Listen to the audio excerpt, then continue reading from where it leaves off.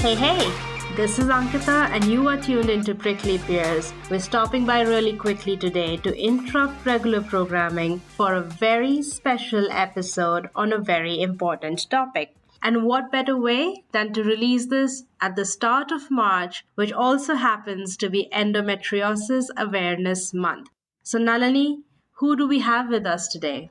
So I met Rashmi, who is our next guest, a few months ago, and we had a really, really interesting chat about which I'm not going to delve deeper right now before we let Rashmi introduce herself. Welcome, Rashmi. Welcome to our show. Thank you so much, Nalin and Ankita, for having me here. I'm just so happy that I'm getting a chance to talk about this topic today. But let me just introduce myself quickly. My name is Rashmi Bhutani. I'm based out in Bay Area, California, but I was born and brought up in Kannur, Tamil Nadu. Here I work for Walmart, and I'm an endo-warrior.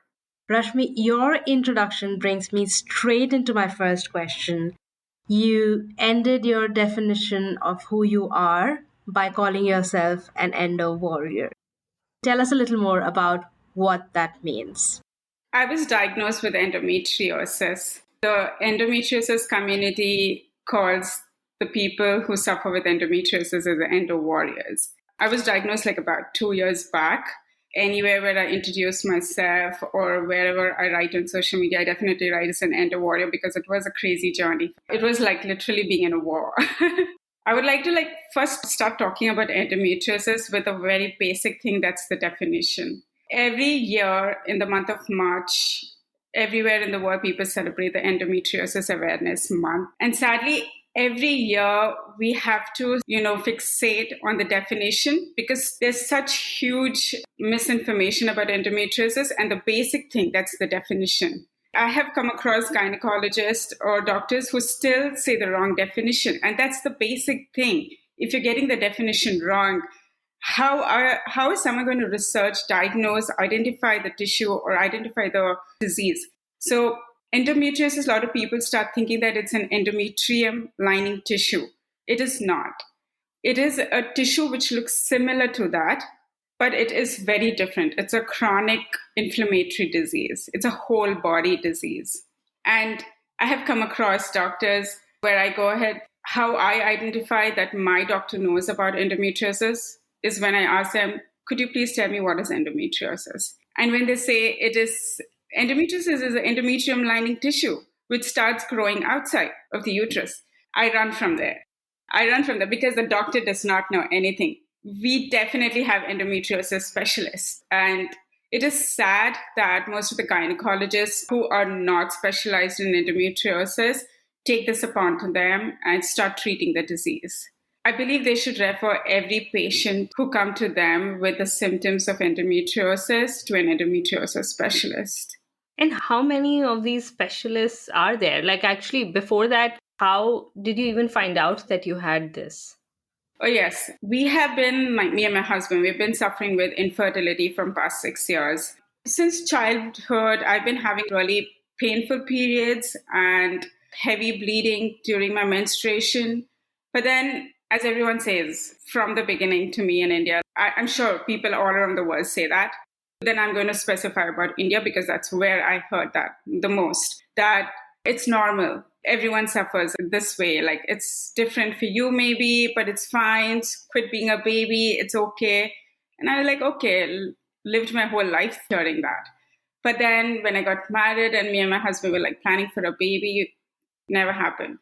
Then we went from one doctor to the other doctor and we were okay, let's start with an artificial insemination. I did my 4 cycles of an IUI. Nothing happened. And as soon as I finished my 4th cycle of IUI, my period started getting really bad. So the symptoms that I used to feel was this really bad stabbing pain in my pelvis, my belly swelling up, bloating. I used to look like an 8-month-old pregnant woman. I could not pass gas. There would be some kind of pressure on my pelvic and back pain and leg pain and heavy bleeding. This started happening from past 4 months. And I used to rush to the ER because I would be suffering from an ovarian cyst rupture. And this used to be crazy because it feels like you're having an appendix burst or something like that. And only a morphine could relieve me from the pain. So this kept happening. And I went to the doctors, I went to my fertility specialist, like, you know what, after an IUI, things have gone worse for me. My periods are getting bad. I'm crying every month. I'll tell my husband that, I'm going to get my periods again. I'm so scared to death. At a point, I was like, I don't want to live. This life is miserable. Who wants to live like this? First, you have your periods and you're scared. You're like in pain. Once your period is done, you're scared to have your another cycle. That was in the Jan 2022. I had my periods, same symptoms. So after the third day, I used to feel better. But that time in Jan 2022, I never felt better. I felt this huge heaviness in my pelvic, this pain which was not going. I went to the ER. They did the usual CT scan, gave me morphine. And then luckily or unluckily, I'll say the unlucky part later, that luckily a doctor who was on call that day, she came in, she checked, she asked my complete history. She asked if I had painful sex. And I said yes, from the time I was sexually active. And then she was like, did you have heavy periods, ovarian cyst ruptures? How long were your periods? Back pain, pain during ovulation. She asked all those questions to me and she said, I think you have endometriosis and we have to rush you to a surgery because you have a cyst which is wrapped around your ovary and it can burst anytime. And we as laymen, we get scared. We didn't know what it was. My husband was like, can we just take 2 more days to find out? She was like laughing at my husband. Oh, come on, you cannot do that. You have to go for surgery right now. And then we're like, okay, we went. And then she did a laparotomy where it's like a C-section cut where she's found endometriosis. My ovary was covered. My left ovary was covered in endometriosis, my fallopian tube. And she took them out. She said that was the only possible way. My surgery was done. What did she take out again? She took out my left ovary and my fallopian Instead tube. Instead of just the tissue. Yeah, she excised the tissue, which she could see when the cut was done, wherein that was a wrong approach. So that was a red flag, but I did not understand that in the beginning. I was like, okay, yeah, you know what? I'm saved. This doctor's godsend. I feel so blessed. I'm endometriosis free and all that. But just after 3 months of my surgery, I started having this intense pain again. And I was like, oh my God, what's happening? I would rush to the doctor and she's like, it's in my head. And I was like, how can a pain this intense be in my head? She's like, no, I feel you're always anxious. And I think it's just your panic and anxiety that's making you feel that you're having pain. I was like, okay, I've never heard that. So thanks to social media and the fierce advocates that we have all around the world of endometriosis, I got to know that if endometriosis specialist does not do a surgery on you, if the tissue is not excised, and if it is not a laparoscopy surgery, we don't think that the complete endometriosis tissue was removed. A cut that she did, a C-section cut that she did, could just give her visual of what was present over there. And as she was not an endometriosis specialist, she could not save my ovary. Wherein if it was an endometriosis specialist, that specialist could have been able to excise, that is, cut off the tissue from the ovary and try to save my ovary.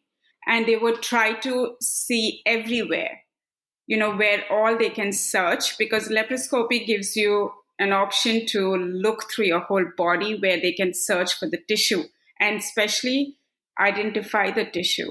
She did not do that. And she had left a good amount of endometriosis in my body, which was causing constant pain for me in my bowel, in my pelvic region, everywhere possible.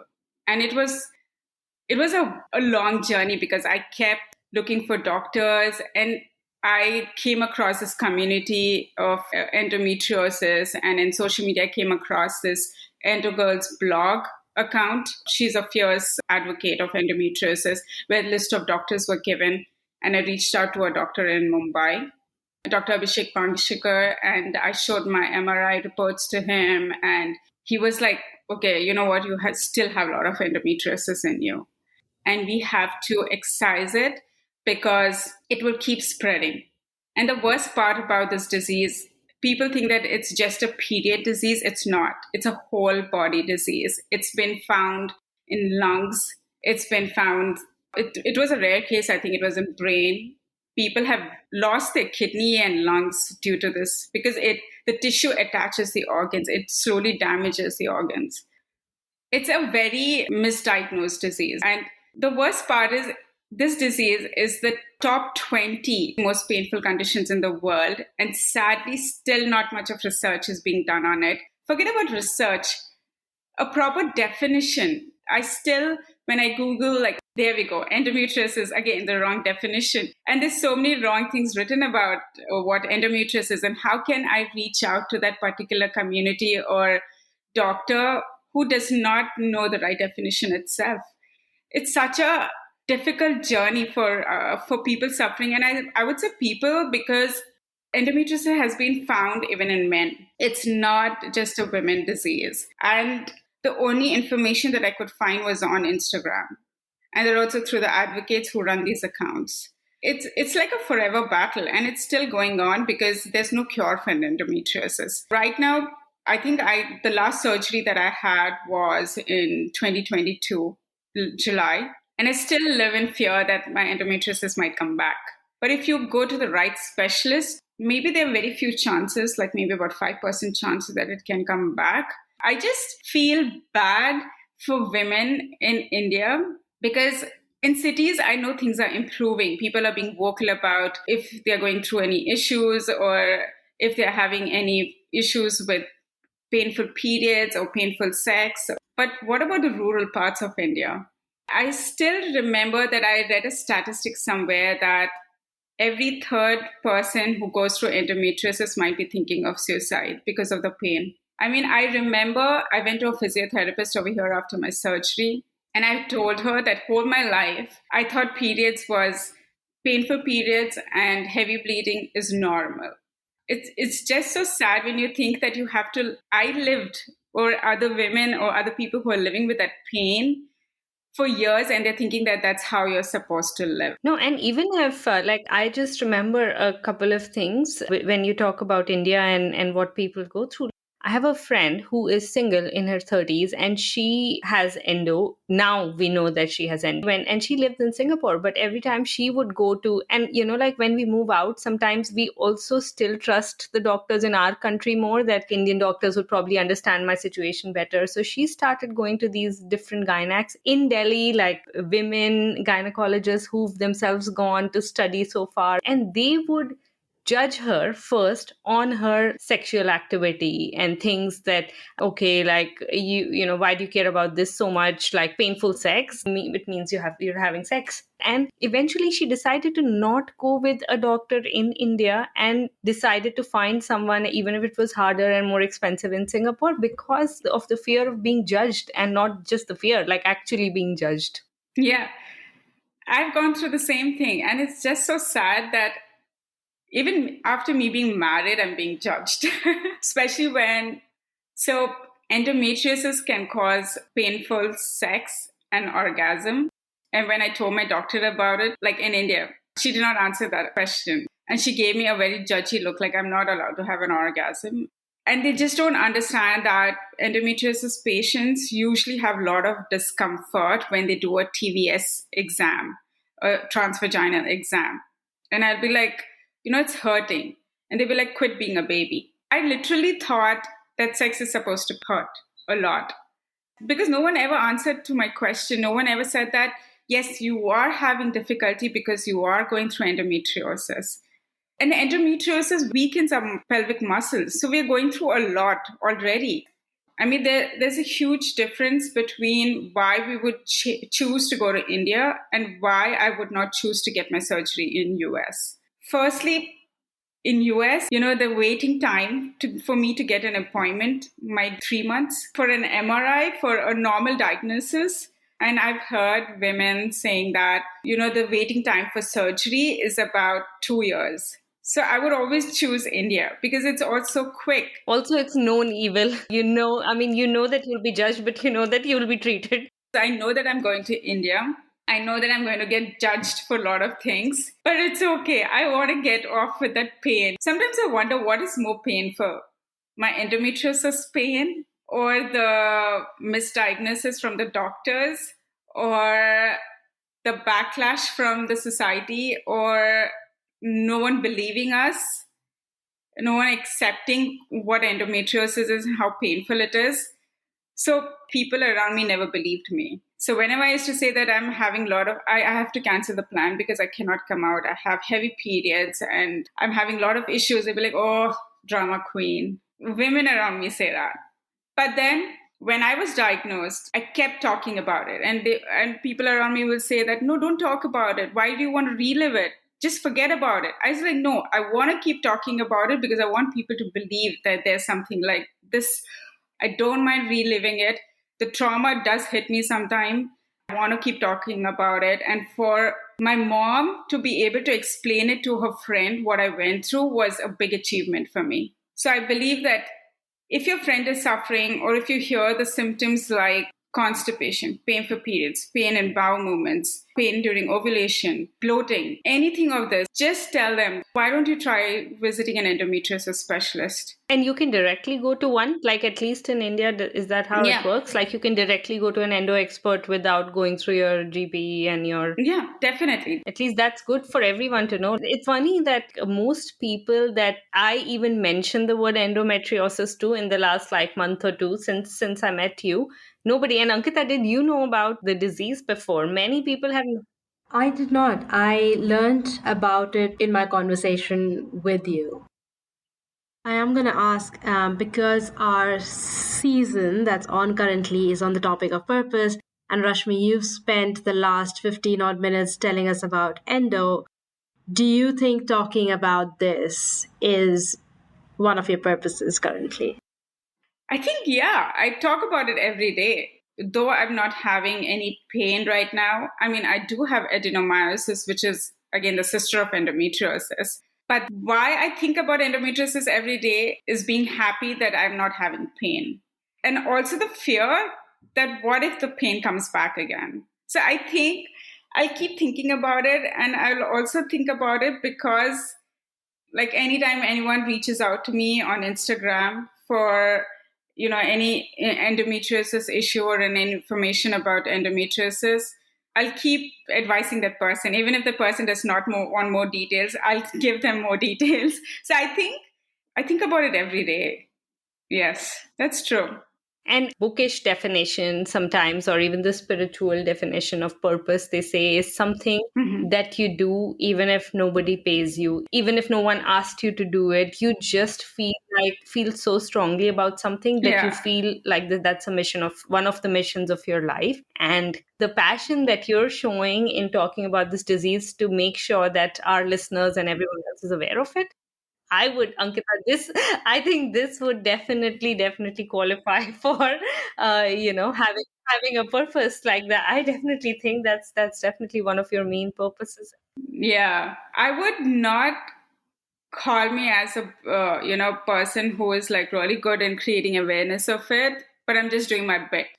And if everyone does that, doing a small bit of it, that's more than enough, because I believe the advocates out there, they're doing an amazing job, because that's reliving your disease every day. Keep thinking about it because you want to spread awareness, because they don't want someone else to suffer how they suffered. That could be the purpose.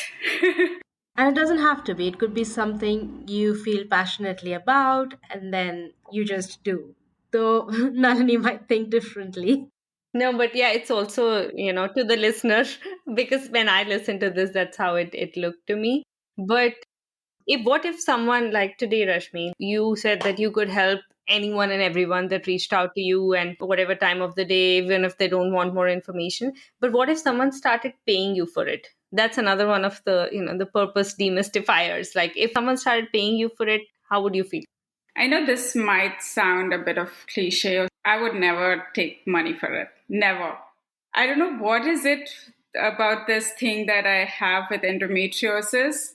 Even if someone reaches out to me, I'll be like, you know what? Give this money to the person who needs the financial aid to get the endometriosis surgery, because it is expensive. And by God's grace, I had the source paid for my surgery. I could travel from US to India to get my surgery done, but there's so many people who do not have that. So I would any day and always say that if you want, please give that money to someone who is in need. I mean, that answers my question, and I think I will leave it there. Most people don't even want the things that they're passionate about, they would never charge. But like, money doesn't matter in that case. Ankita, do you have any final questions? I got a lot of what I thought I would from this episode. No further questions from me. I think I learned a lot about a subject that I knew nothing about. Thank you so much, Rashmi. Before we let you go, two requests. First, please do share any resources that our readers can benefit for. We'll keep posting on Instagram a little more about Endo through this month. And any closing words before we let you go? I have to say this. This is such a good platform for me to be able to communicate to anyone who's listening. If anyone is suffering with whatever symptoms that I have mentioned about, please reach out to some advocate or the doctors. Please do not ignore it, because if you ignore it, this disease can worsen up your situation. Please don't listen to others thinking that it's normal. It's not normal. Pain, period pain, is not normal. I would need a whole day to get into the technical aspects of endometriosis and give more information. I could just pick up few of the points of what I've gone through and what I have seen so far, but there's so much more to it. And people out there, if you could just help someone, please help. Do not hesitate in talking. Please direct the person into the right direction. That's my humble request, because no one deserves to live in pain, and no one should live in pain. And I couldn't have said it better myself. Rashmi, thank you once again for being here on the show with us.